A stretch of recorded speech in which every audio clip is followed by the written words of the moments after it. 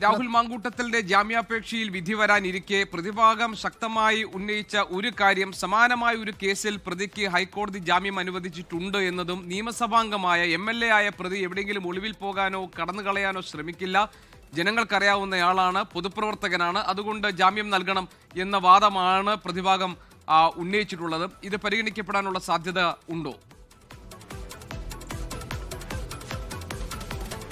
നമുക്ക് നിലവിൽ എന്തായാലും മജിസ്ട്രേറ്റ് കോടതിയിൽ നിന്ന് ജാമ്യം കിട്ടാനുള്ള ഒരു സാധ്യത ഇല്ല എന്നുള്ളതാണ് നമ്മൾ നിലവിൽ വിലയിരുത്തുന്നത്. കാരണം ജനപ്രതിനിധിയാണ് എന്നുള്ള വാദം പ്രതിഭാഗം ഉന്നയിക്കുന്നു. അതുപോലെ തന്നെ ജാമ്യം കിട്ടിയാൽ അന്വേഷണമായിട്ട് പൂർണ്ണമായിട്ട് സഹകരിക്കുമെന്ന് പറയുന്നു, മുങ്ങില്ല എന്ന് പറയുന്നു. പക്ഷേ നമ്മൾ ഇതിനു മുമ്പുള്ള ചില കാര്യങ്ങൾ പരിശോധിച്ചു കഴിഞ്ഞാൽ രാഹുൽ മാങ്കൂട്ടത്തിൽ ജാമ്യം കിട്ടിയതിന് പിന്നാലെ ഇപ്പോൾ നിലവിൽ അറസ്റ്റിലായിട്ട് പോലും അന്വേഷണമായിട്ട് സഹകരിക്കുന്നില്ല. അതാണ് SIT പറയുന്നത്. ജാമ്യം കിട്ടിയാൽ സ്വാഭാവികമായിട്ടും തെളിവ് നശിപ്പിക്കുന്ന കാര്യത്തിലേക്ക് കടക്കാനുള്ള സാധ്യതയുണ്ട്, അല്ലെങ്കിൽ തെളിവുകൾ നശിപ്പിക്കും എന്നുള്ള വാദം സ്വാഭാവികമായിട്ടും പ്രോസിക്യൂഷൻ കോടതിയിൽ അറിയിക്കും. അങ്ങനെയെങ്കിൽ ഇത് മജിസ്ട്രേറ്റ് കോടതി ജാമ്യം നിഷേധിക്കാനുള്ള ഒരു സാധ്യതയാണ് കാണുന്നത്.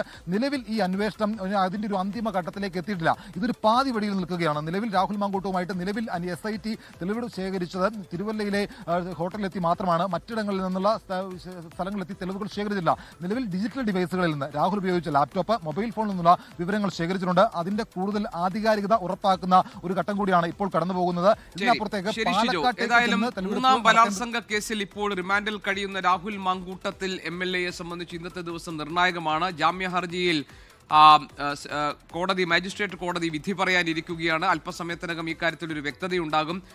ഇതിൽ പ്രോസിക്യൂഷനാണ് അടച്ചിട്ട കോടതി മുറിയിൽ വാദം കേൾക്കണമെന്ന ആവശ്യം ഉന്നയിച്ചത്. പിന്നീട് പ്രതിഭാഗവും ഇക്കാര്യം അംഗീകരിക്കുകയായിരുന്നു. അതേസമയം തന്നെ ഉന്നത ബന്ധമുള്ളയാളായതുകൊണ്ട് തന്നെ പുറത്തു വന്നാൽ രാഹുൽ മാങ്കൂട്ടത്തിൽ സാക്ഷികളെ സ്വാധീനിക്കാനും തെളിവുകൾ ഇല്ലാതാക്കാനും ഒക്കെയുള്ള ശ്രമം നടത്തും എന്ന പ്രധാനപ്പെട്ട വാദം പ്രോസിക്യൂഷൻ ഉന്നയിച്ചിട്ടുണ്ട്. മാത്രമല്ല, പരാതിക്കാരി വിദേശത്ത് തന്നെ കഴിയുന്നത് ഇവിടെ വന്നാൽ ഭീഷണിയുണ്ട്, ഇവിടെ വന്നാൽ അപകടപ്പെടുമോ എന്ന ഭീഷണി ഉള്ളതുകൊണ്ടാണ് എന്ന കാര്യവും കോടതിയുടെ ശ്രദ്ധയിൽപ്പെടുത്തിയിട്ടുണ്ട്. അതേസമയം തന്നെ നിയമസഭാംഗമായ രാഹുൽ മാങ്കൂട്ടത്തിന് ജാമ്യം അനുവദിച്ചാൽ ഒളിച്ചോടി പോകാനോ മറ്റെവിടെയെങ്കിലും മാറി നിൽക്കാനോ പോകുന്നയാളല്ല. അതുകൊണ്ട് തന്നെ മാത്രമല്ല, സമാനമായ കേസിൽ ഹൈക്കോടതി ജാമ്യം നൽകിയിട്ടുണ്ട്. ഈ കാര്യങ്ങൾ പരിഗണിക്കണം എന്നതാണ് പ്രതിഭാഗത്തിന്റെ ആവശ്യം.